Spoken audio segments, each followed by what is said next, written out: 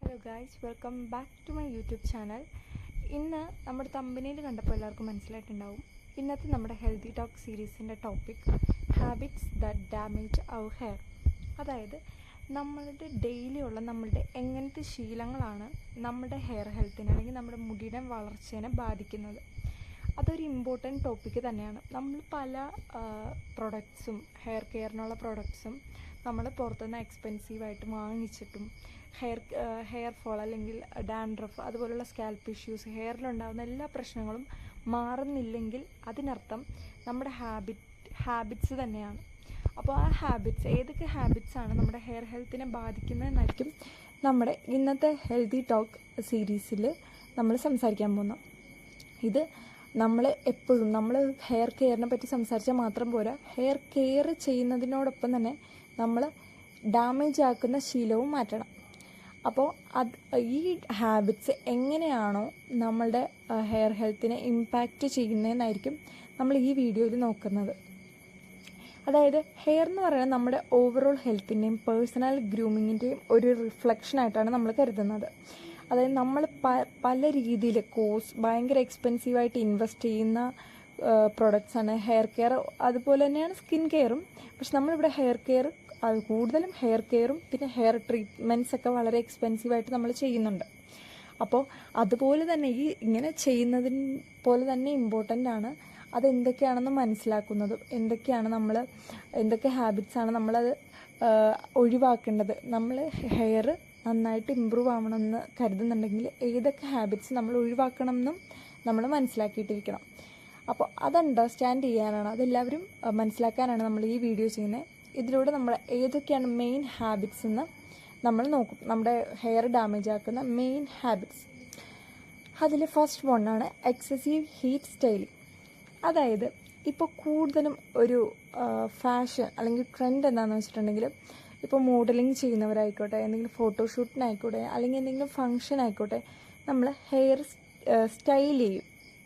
അതായത് ഒരു എക്സാമ്പിൾ പറയുകയാണെങ്കിൽ ബ്ലോ ഡ്രയർ, കേളിംഗ് അയൺസ്, സ്ട്രെയിറ്റ്നേഴ്സ് ഇതൊക്കെ യൂസ് ചെയ്യുന്നതുകൊണ്ട് നമ്മളുടെ ഹെയർ ഒന്നും കൂടി വീക്ക് ആവുകയാണ്.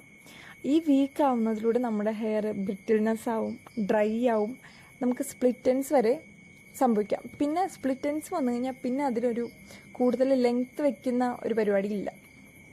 അപ്പോൾ ഈ ഹീറ്റ് സ്റ്റൈലിങ്ങിലൂടെ നമുക്ക് അത് അങ്ങനെ സംഭവിക്കും. The high temperatures can strip hair of its natural oil and alter it's structure. ഇങ്ങനെ ഹൈ ടെമ്പറേച്ചർ ഹീറ്റിൽ നമ്മൾ സ്റ്റൈൽ ചെയ്യുമ്പോൾ നമ്മളുടെ ഹെയറിലുണ്ടാകുന്ന നാച്ചുറൽ ഓയിൽ പോവുകയും അതിൻ്റെ ഒരു അതിൻ്റെ ഒരു സ്ട്രക്ചർ ചേഞ്ച് ആവുകയും ചെയ്യും. അതുവഴി നമ്മുടെ ഹെയറിലുള്ള ആ ഒരു സ്ട്രോങ്നെസ്സും അതിൻ്റെ ഒരു സ്ട്രക്ചറെല്ലാം നഷ്ടപ്പെടും എന്നാണ് പറയുന്നത്. അപ്പോൾ അത്യാവശ്യ ഘട്ടത്തിൽ സ്റ്റൈൽ ചെയ്തേ പറ്റുള്ളൂ എന്നാണെങ്കിൽ സ്റ്റൈൽ ചെയ്യുക. അത് അങ്ങനൊരു ഹാബിറ്റ് ആക്കാതിരിക്കുക. എല്ലാവരും ആഴ്ചയിൽ ഒരു പ്രോഗ്രാം ഉണ്ടെങ്കിൽ അങ്ങോട്ട് സ്റ്റൈലിങ് അഥവാ ഹീറ്റ് ചെയ്യണമെങ്കിൽ അതിന് പ്രിക്കോഷൻസ് എടുക്കുക, ലൈക്ക് ഹെയർ സിറം പോലെ.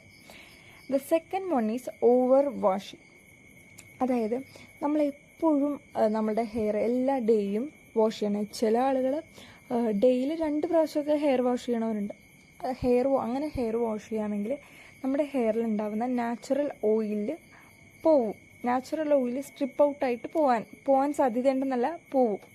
അത് നമ്മുടെ മുടിക്കുണ്ടാകുന്ന സ്കാൽപ്പ് ഇറിറ്റേഷനും ഡ്രൈനെസ്സിനും ഒക്കെ കാരണമാവും. ഈ ഷാമ്പു നമ്മൾ ഈ ഹെയർ വാഷ് ചെയ്യുമ്പോൾ പലരും ഷാമ്പു എക്സസ് ആയിട്ട് ഉപയോഗിക്കുമല്ലോ. ഷാമ്പു ചെയ്യുന്ന നമ്മുടെ ഡേർട്ട് മാറുക മാത്രമല്ല, നമ്മുടെ ഹെയർ അല്ലെങ്കിൽ ഹെയർലെസ് സ്കാൽപ്പിൽ ഉണ്ടാകുന്ന നാച്ചുറൽ ഓയിലും കൂടിയാണ് ഈ ഷാമ്പു കൊണ്ടുവന്നത്. അപ്പോൾ കൂടുതലും ഓവറായിട്ട് വാഷ് ചെയ്യാതിരിക്കുക. പിന്നെ for those who with the oily hair consider using a dry shampoo in between washes to absorb excess oil. അതായത് ഇപ്പോൾ നല്ല ഓയിലി ആയിട്ടുള്ള ഹെയർ ഉള്ളവരാണെങ്കിൽ വാഷ് ചെയ്തേ പറ്റുമെന്നാണെങ്കിൽ ഡ്രൈ ഷാമ്പു എടുക്കാം. എക്സസ് ഓയിൽ വലിച്ചെടുക്കാതിരിക്കുക. അതായത് നമുക്ക് എക്സസ് ആയിട്ടുള്ള ഓയിൽ ഹെയറിലുള്ളത് വലിച്ചെടുക്കാൻ മാത്രം അതിനനുസരിച്ചിട്ടുള്ള ഷാമ്പു യൂസ് ചെയ്യുക. അപ്പോൾ the second most important habit to avoid is over washing ആണ്.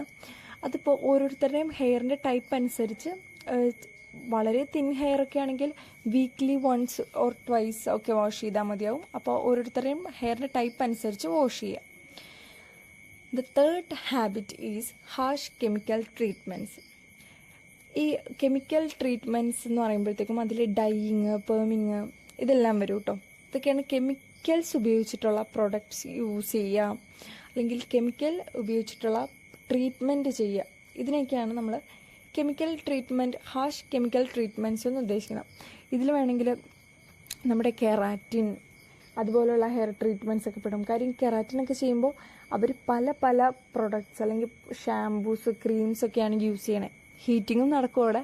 അപ്പോൾ ഷാംപൂസും ക്രീമൊക്കെയാണ് യൂസ് ചെയ്യണേ. അപ്പോൾ അതൊക്കെ കെമിക്കൽ, നല്ല രീതിയിൽ കെമിക്കൽസ് അടങ്ങിയിട്ടുള്ള പ്രൊഡക്ട്സാണ്. അപ്പോൾ അതാണ് മൂന്നാമത്തെ കാര്യം, ഹാർഷ് കെമിക്കൽ ട്രീറ്റ്മെൻറ്റ്സ്. ഇതൊക്കെ ഒരു പ്രോഗ്രാം, നേരത്തെ പറഞ്ഞതുപോലെ തന്നെ പ്രോഗ്രാം വരുമ്പോഴോ അല്ലെങ്കിൽ എന്തെങ്കിലും അങ്ങനെ അൺയൂഷ്വലായിട്ടുള്ള കാര്യം നടക്കാതെ,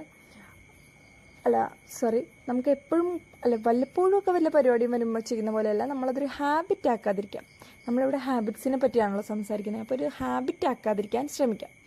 മൂന്നാമത്തെ ഇമ്പോർട്ടൻറ്റ് പോയിൻ്റായിരുന്നു ഹാർഷ് കെമിക്കൽ ട്രീറ്റ്മെൻറ്റ്സ്. ഇതാണ് കൂടുതലും ഇപ്പോൾ ട്രെൻഡിങ് ആയി വരുന്നത്. കാര്യം എല്ലാവരും ഓരോ സലൂണിൻ്റെയും പ്രൊമോഷൻസും ആഡൊക്കെ കാണുമ്പോഴത്തേക്കും അങ്ങോട്ട് പോവുക, ഏതൊക്കെ പ്രോഡക്റ്റ്സ് യൂസ് ചെയ്യണമെന്ന് പോലും നോക്കാതെ. അപ്പോൾ അത് ശ്രദ്ധിക്കണം. Then fourth one is tight hair styles. ഇത് വളരെ പോപ്പുലർ ആൻഡ് കോമൺ ഹാബിറ്റാണെന്ന് വേണമെങ്കിൽ പറയാം. നമ്മൾ പലരും ഇപ്പോൾ എല്ലാ ഹാബിറ്റ്സും കെമിക്കൽസ് ഒന്നും യൂസ് ചെയ്യുന്നില്ല, ഹീറ്റിംഗ് യൂസ് ചെയ്യുന്നില്ല, അല്ലെങ്കിൽ വേറെ ഒന്നും ചെയ്യുന്നില്ല, നന്നായിട്ട് കെയർ ചെയ്യുന്നുണ്ട് ഹെയറിനെ. എങ്കിലും നമ്മൾ പുറത്തേക്ക് പോകുമ്പോൾ, ഔട്ട്സൈഡ് പോകുമ്പോൾ നല്ല ടൈറ്റാക്കിയാണ് ഹെയർ ടൈ ചെയ്യുന്നതെങ്കിൽ അതും വളരെ ഇമ്പോർട്ടൻ്റ് ആയിട്ട് ഒഴിവാക്കേണ്ട ഒരു ഹെയർ സ്റ്റൈലാണ്. Frequent wearing of tight hairstyles such as ponytails, braids or buns can cause traction alopecia, a condition where hair follicles are pulled out due to excessive tension.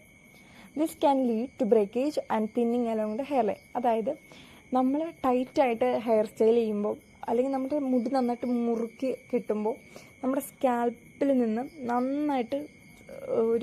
നന്നായിട്ട് pressure കൊടുക്കുകയാണ് നമ്മൾ പുറത്തോട്ട്, മുടിയുടെ സ്കാൽപ്പിൽ നിന്ന് പുറത്തേക്ക് വരാനായിട്ട്. അപ്പോഴത്തേക്കും നമ്മുടെ ഹെയറിലുള്ള സോഫ്റ്റ് ഹെയർ ടൈസൊക്കെ പൊട്ടിപ്പോവും. അങ്ങനെ നമുക്ക് മുടി പൊട്ടലുണ്ടാവും. അതൊരു മുടി പൊട്ടലിൻ്റെ ഒരു കാരണമാണ്.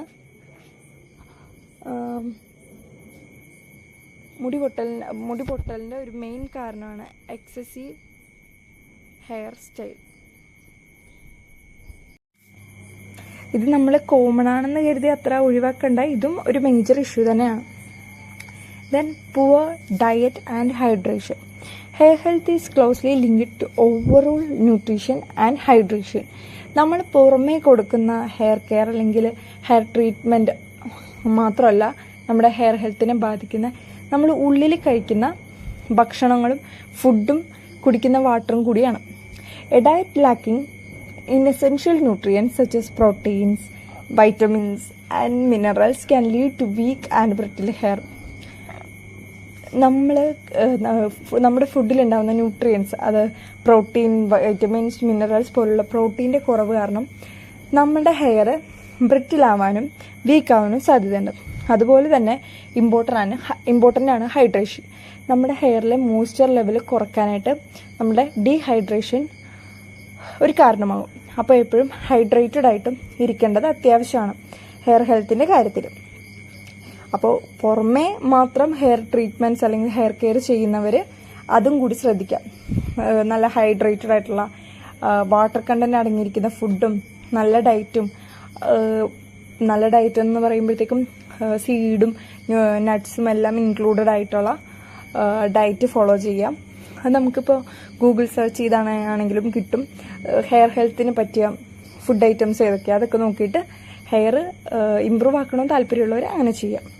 Then the six one is lack of scalp care. നമ്മൾ സ്കാൽപ്പിന് കൊടുക്കുന്ന കെയർ അത്ര പോരാ, അതാണ് ഉദ്ദേശം. പ്രത്യേകിച്ച് നമ്മളുടെ സ്കാൽപ്പ് നല്ല ഡ്രൈ ആകുമ്പോഴാണ് ഡാൻഡ്രഫ് വരിക എന്ന് കേട്ടിട്ടുണ്ടല്ലോ. അതായത് നമ്മുടെ സ്കാൽപ്പിൽ ഉണ്ടാകുന്ന നാച്ചുറൽ ഓയിൽസ് നഷ്ടപ്പെടുമ്പോഴാണ് ഡാൻഡ്രഫ് ഉണ്ടാകുന്നത്. അപ്പോൾ സ്കാൽപ്പിലാണല്ലോ ഈ ഹെയറൊക്കെ വരിക. അപ്പോൾ അവിടെ നിന്നേ എന്തെങ്കിലും ഡാമേജ്ഡ് ആണെങ്കിൽ പിന്നെ നമ്മുടെ ഹെയറിൻ്റെ ഫുൾ വളർച്ചയെ ബാധിക്കും. അപ്പോൾ നമ്മുടെ സ്കാൽപ്പിൽ എന്തെങ്കിലും ഇഷ്യൂസ് ഉണ്ട്, സ്കാൽപ്പ് ഇറിറ്റേഷനോ സ്കാൽപ്പിൽ എന്തെങ്കിലും അലർജിയോ അല്ലെങ്കിൽ ഡാൻഡ്രഫോ പോലുള്ള സ്കാൽപ്പ് ഇഷ്യൂസ് എന്തെങ്കിലും ഉണ്ടെങ്കിൽ അത് പെട്ടെന്ന് തന്നെ പരിഹരിക്കണം.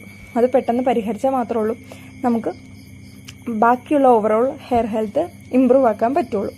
അപ്പോൾ എന്തെങ്കിലും ഇപ്പോൾ ഡാൻഡ്രഫ് ആണെങ്കിൽ ഡാൻഡ്രഫിനെ പറ്റിയിട്ടുള്ള ഷാംപൂസോ അല്ലെങ്കിൽ നാച്ചുറൽ റെമഡിയോ എന്തെങ്കിലും ചെയ്യുക.